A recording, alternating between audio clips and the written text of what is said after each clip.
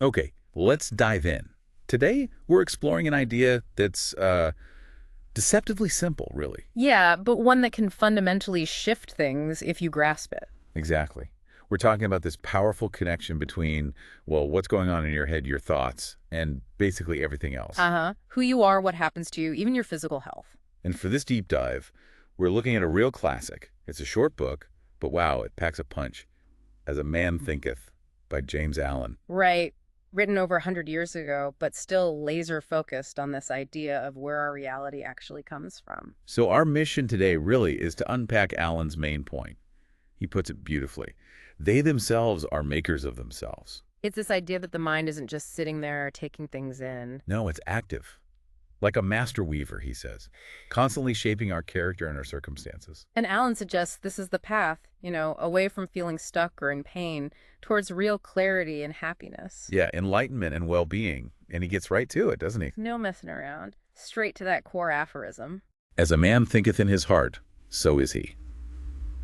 And heart here isn't just like feelings. No, it's deeper. Your innermost thoughts, your real state of being. And he's clear, this isn't just about your personality. It touches everything. Every condition, every circumstance you face. So character, it's not fixed. It's the sum total of all your thoughts. Accumulated over time. He used that great analogy, right? The plant and the seed. Yeah.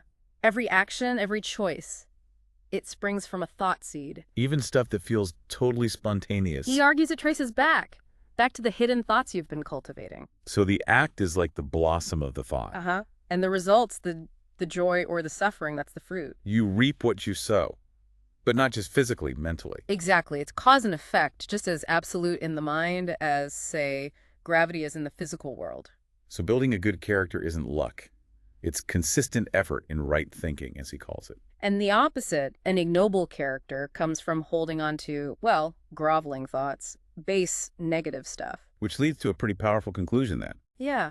Man is made or unmade by himself. Your mind, that armory of thought, it's where you forge either tools for peace and strength. Or weapons for your own destruction. It all starts right there. But the flip side is incredibly hopeful, isn't it? Totally.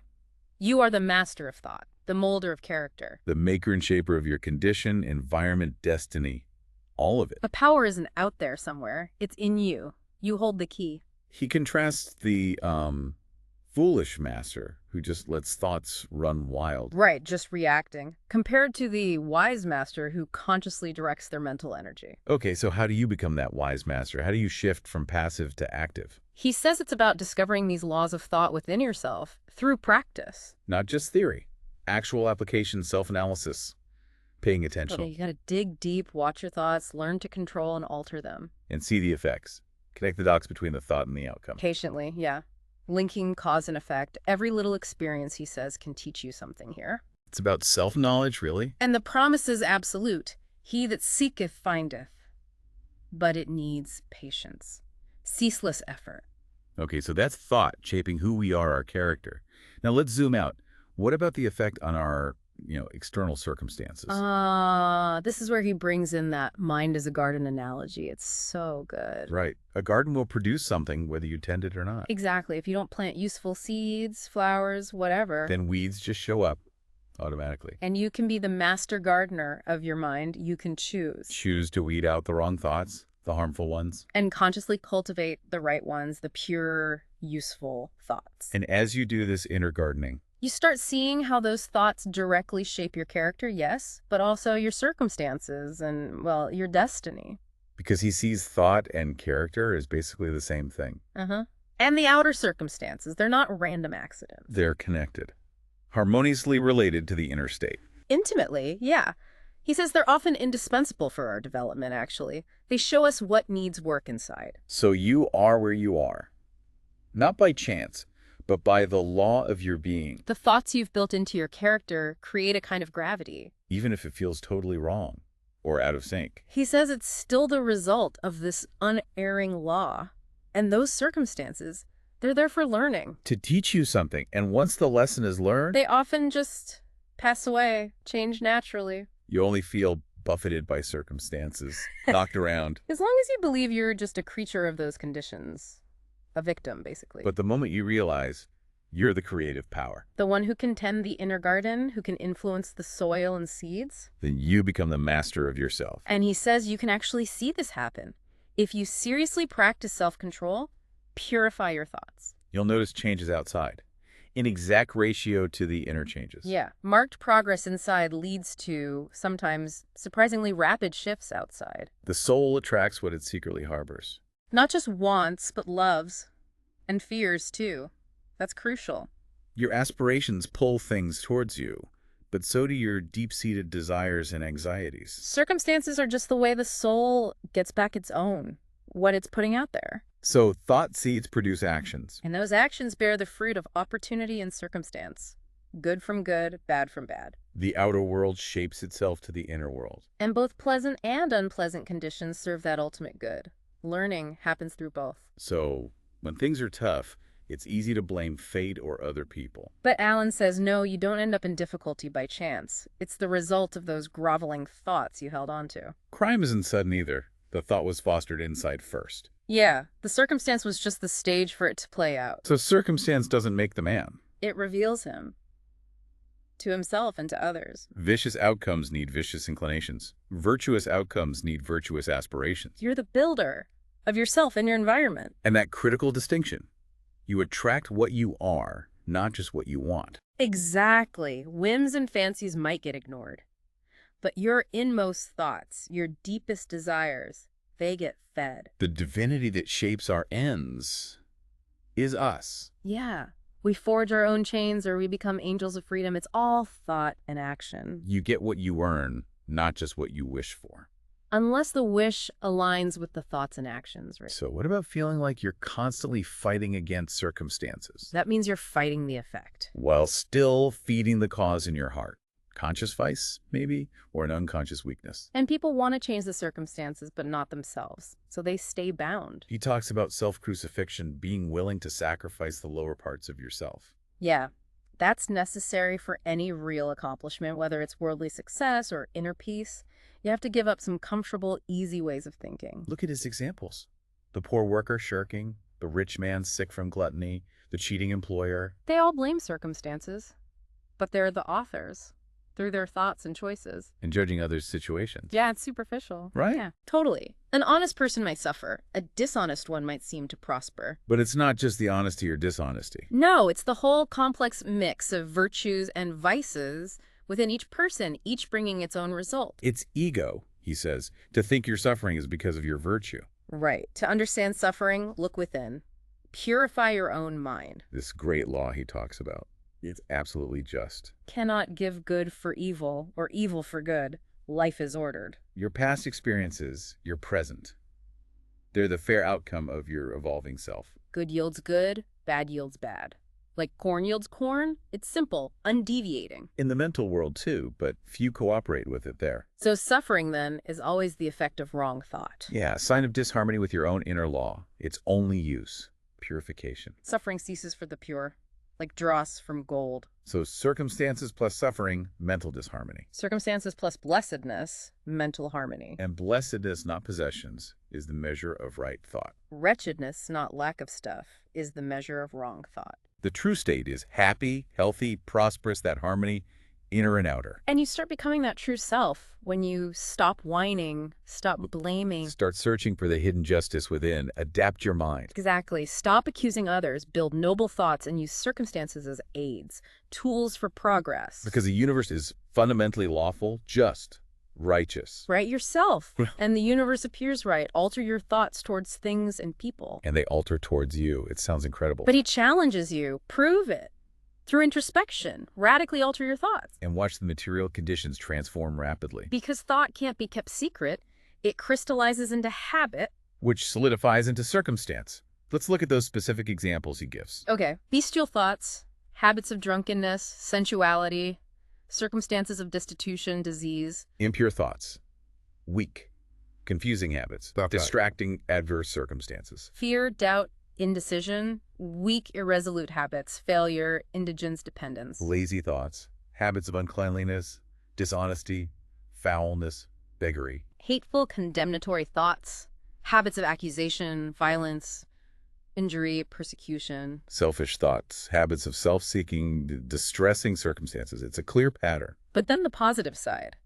Beautiful thoughts, habits of grace, kindliness, genial, sunny circumstances. Pure thoughts, habits of temperance, self-control, repose, peace. Courage, self-reliance, decisiveness, manly habits, success, plenty, freedom. Energetic thoughts, habits of cleanliness, industry, pleasantness. Gentle, forgiving thoughts, habits of gentleness, protective, preservative circumstances. Loving, unselfish thoughts, habits of self-forgetfulness, abiding prosperity, true riches, both inner and outer. So persist in a line of thought, good or bad, and it produces results, character, and circumstances. You can't directly choose circumstances. But by choosing your thoughts, you indirectly, yet surely, shape them. And nature, the universe, helps bring forth what you encourage in your mind. Yeah, it presents opportunities that match your dominant thoughts. So cease sinful thoughts. The world softens. Helps. Put away sickly thoughts. Opportunities for strong resolves appear. Encourage good thoughts. No hard fate can bind you. He uses that world as kaleidoscope analogy. The changing patterns reflect your changing thoughts. Which leads back to that poem. So, you will be what you will to be. Let failure find its false content in that poor word, environment. But spirit scorns it and is free. It masters time, it conquers space, it cows that boastful trickster chance, and bids the tyrant circumstance uncrown and fill a servant's place. Love that line. Me too. The human will, that force unseen, the offspring of a deathless soul, can hew a way to any goal, though walls of granite intervene. Be not impatient in delays, but wait as one who understands. When spirit rises and commands, the gods are ready to obey. Powerful stuff. Really underscores the agency Alan believes we have. And this power extends right into our physical bodies, doesn't it? The effect of thought on health. Absolutely. The body is seen as the servant of the mind. It obeys. Whether thoughts are deliberately chosen or just automatic habits. Unlawful thoughts, negative patterns lead to disease and decay. While glad, beautiful thoughts build youthfulness and beauty. It's the same core principle.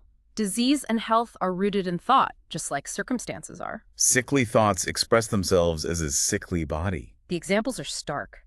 Fear killing a man as quick as a bullet, or slowly killing thousands. Anxiety literally demoralizing the body, breaking it down. Impure thoughts shattering the nervous system. But conversely, strong, pure, happy thoughts build vigor and grace. The body is delicate, plastic.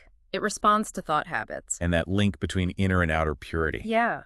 Unclean thoughts, impure blood. Clean heart, clean life, clean body. A defiled mind leads to a defiled life and a corrupt body. Thought is the source. Make the fountain pure, and all will be pure. Which challenges things like just focusing on diet, right? Exactly. He says changing diet won't help much if the thoughts remain impure. Pure thoughts actually remove the desire for impure food or habits. Clean thoughts make clean habits. A saint washes their body naturally. And if thoughts are strengthened and purified, you don't need to fear external things like microbes. That's his argument. Inner strength provides protection. Guard your mind to protect your body. Beautify your mind to renew your body. You see it on people's faces, don't you? Malice, envy, disappointment. They rob health and grace. A sour face comes from sour thoughts. Wrinkles aren't just age. They can be etched by folly, passion, pride. He contrasts that 96-year-old woman with a bright, innocent face. Reflecting a sweet disposition, versus a younger man with a face drawn by passion or discontent. Like a house needs air and sun. A body needs thoughts of joy, goodwill, serenity to be strong and bright. Even how we age reflects our inner life. Peaceful old age versus one marked by passion. Right. Calm, peaceful, like that philosopher who died sweetly. And positive thoughts are presented as actual remedies. Cheerful thought, best physician, goodwill, best comforter. Living in ill will, cynicism, suspicion. It's a self-made prison. Whereas thinking well of all, being cheerful, finding the good, those are portals of heaven. Dwelling in peace thoughts brings peace. It seems so straightforward. Simple, but not necessarily easy to practice consistently. Okay, let's shift gears slightly. From being and health to doing. Thought and purpose, thought and achievement. Yeah, this is crucial. Alan says no intelligent accomplishment happens until thought is linked with purpose. Aimlessness, just letting the bark of thought drift. This is a vice. Leads to catastrophe, he says. Makes you prey to worries, fears, self-pity. Which leads to failure and unhappiness, because weakness can't last in a power-evolving universe. So the first step is conceiving a purpose. Any purpose. Yeah. Spiritual, worldly, doesn't matter initially. Make it the central point of your thoughts. Focus.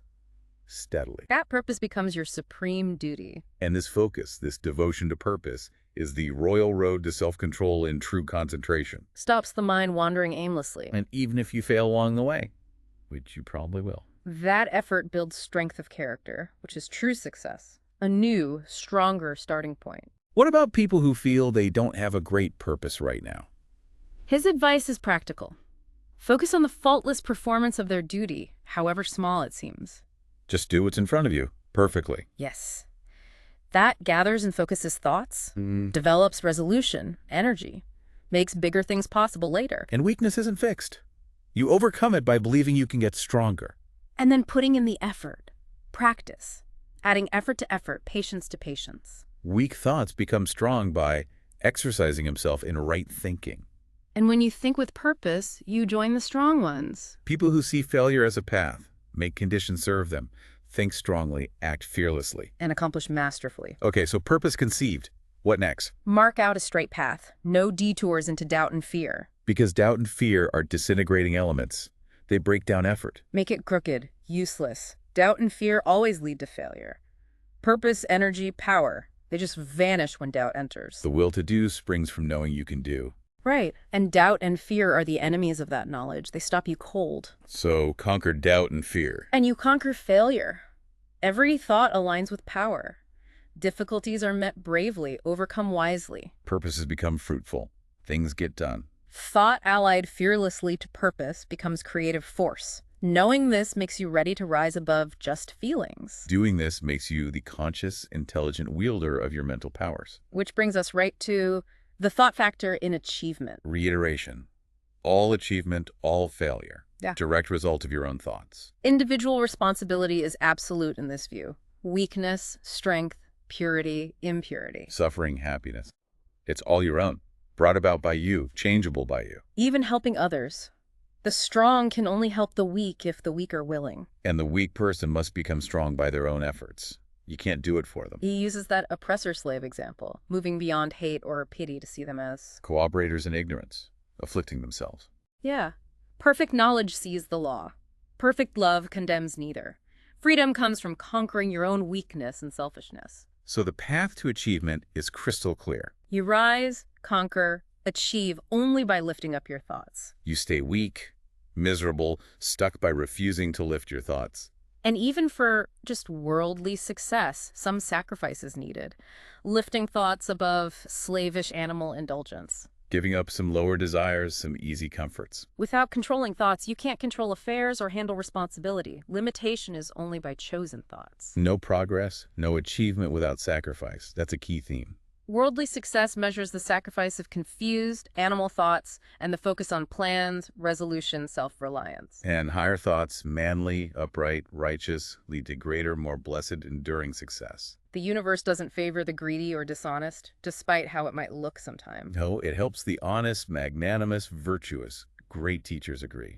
Proving it requires you to persist in becoming more virtuous by lifting your thoughts. Intellectual achievements come from thought consecrated to knowledge, beauty, truth, hard work, pure thoughts. Spiritual achievements, consummation of holy aspirations, living in noble, lofty thoughts, dwelling on the pure, unselfish. Leading to wise character, positive influence, blessedness.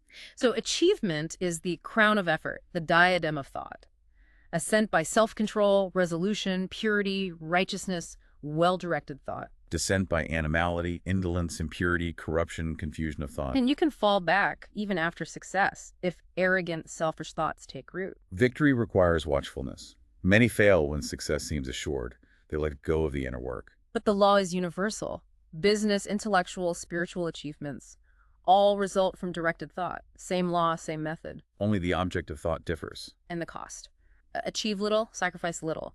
Achieve much, sacrifice much. Attain highly, sacrifice greatly. Which leads perfectly into the power of aspiring, of holding visions and ideals. Yes, the dreamers. He calls them the saviors of the world. Just like the visible world relies on the invisible. Humanity is nourished by the beautiful visions of these solitary dreamers. Their ideals are the future realities. The composer, sculptor, painter, poet, prophet, sage, they build the afterworld. The world is beautiful because they lived. Without them, humanity would perish, spiritually speaking. And the promise for each of us. Cherish a beautiful vision, a lofty ideal. And you will one day realize it. He points to Columbus, Copernicus, Buddha. Their visions, held firmly, literally changed the world we perceive. So cherish your visions, your ideals, the music within you, the beauty you long for. Out of them will grow all delightful conditions, all heavenly environment, if you stay true. Your world will at last be built. And that universal law, to desire is to obtain, to aspire is to achieve. He pushes back hard on the idea that only base desires get met. Such is not the law. No, the law is ask and receive, dream lofty dreams. And as you dream, so shall you become. Your vision is the promise. Your ideal is the prophecy. Every great achievement started as a dream. The oak and the acorn, the bird and the egg. The angel and the soul's highest vision. Dreams are the seedlings of realities. And your current circumstances. They might be tough, uncongenial. But they won't stay that way if you perceive an ideal and strive for it. You cannot travel within, change your inner state and stand still without. Change has to happen externally too. That story he tells is so powerful. The poor youth in the workshop. Yeah, dreaming of intelligence, refinement, beauty amidst hardship, builds an ideal, feels restless. Uses spare time, spare means, develops himself, mind changes. And the workshop can't hold him anymore. It falls away. Opportunities grow. Years later, he's realized the vision, become one with his ideal, a person of influence. And Alan says, directly to you, the listener, you too will realize the vision of your heart, base or beautiful. You'll gravitate towards what you secretly love most. You receive the exact results of your thoughts. Earn what you get. No more, no less. Whatever your environment now, you fall, remain, or rise with your thoughts, your vision, your ideal. Become as small as your controlling desire, as great as your dominant aspiration. Remember that Stanton Kirkham Davis quote, too? Oh yeah, the accountant becoming an orator, the shepherd becoming a master, guided by inner spirit. And this dismantles the whole idea of luck, fortune, chance, doesn't it? Completely. People see the results, wealth, intellect, saintliness, and call it luck. Because they don't see the process. The effort, trials, failures, struggles, sacrifices. The undaunted effort, the faith needed to overcome and realize the vision. They don't see the darkness and heartaches, only the light and joy. Journey versus goal. But the truth is simpler. Efforts and results. The strength of the effort is the measure of the result. Chance is not. Gifts, powers, possessions, fruits of effort, thoughts completed, objects accomplished, visions realized. So the final summary for this part, the vision you glorify, the ideal you enthrone, this you will build your life by, this you will become. In all of this, mastering thought, achieving purpose, realizing ideals leads to the ultimate state Alan describes, serenity. Calmness of mind. He calls it one of the beautiful jewels of wisdom. And it's not just given, it's earned. Result of long and patient effort and self-control. It shows ripened experience, real knowledge of these thought laws we've been discussing. Understanding brings calmness. As you understand yourself, understand others as thought-evolved beings. And see the cause and effect, the interconnections. You stop fussing, fuming, worrying, grieving. You remain poised, steadfast, serene. And a calm person, they govern themselves, adapt well to others. People respect that spiritual strength. They can learn from them, rely on them. The more tranquil you are, the greater your success, influence, power for good, even in business. People prefer dealing with an equable person. Calmness builds trust. The strong, calm man or woman is loved, revered, like a shade tree, a sheltering rock. That description of a tranquil heart is lovely. Always sweet, serene, and calm. Exquisite poised serenity is the last lesson of culture, the fruitage of the soul, more precious than gold. Money-seeking seems insignificant compared to a serene life lived in the ocean of truth, beyond the reach of tempests, in the eternal calm. Contrast that with the lack of self-control we see so often. People sour their lives. Ruin things with explosive tempers, destroy poise, make bad blood. Most people ruin their lives and happiness through lack of self-control, he suggests. Few are truly well-balanced. Humanity often seems like it's surging with uncontrolled passion, tumultuous grief, blown about by anxiety and doubt. And the solution? Only the wise man, whose thoughts are controlled and purified. Makes the winds and storms of the soul obey him. So, for anyone feeling tempest-tossed, the message is hope. In the ocean of life, isles of blessedness smile. The sunny shore of your ideal awaits. But you must keep your hand firmly upon the helm of thought. And that final analogy. In the shik of your soul reclines the commanding master. He only sleeps. Wake him, your inner wisdom, your power. Self-control is strength. Right thought is mastery. Calmness is power. Those final definitions. And the ultimate command to issue inwardly. Say unto your heart, peace, be still. Wow. That really was quite a journey through James Allen's ideas, from thought-shaping character, circumstances, health. All the way through purpose, achievement, visions, and finally, that deep state of serenity. It really all comes back to that central message, doesn't it? The incredible, almost staggering power you hold within yourself. Through the choice, the direction, the quality of your thoughts, you are the maker of yourself. Truly empowering, if also a bit daunting. It is. And considering Alan's point that thought can't be kept secret, that it inevitably crystallizes into habit and solidifies into circumstance, well, here's something specific for you, the listener, to reflect on. Okay. Based on everything we've just explored from As a Man Thinketh, what single specific thought habit will you consciously choose to cultivate, starting right now, today, to begin building the circumstances and the inner state you truly desire?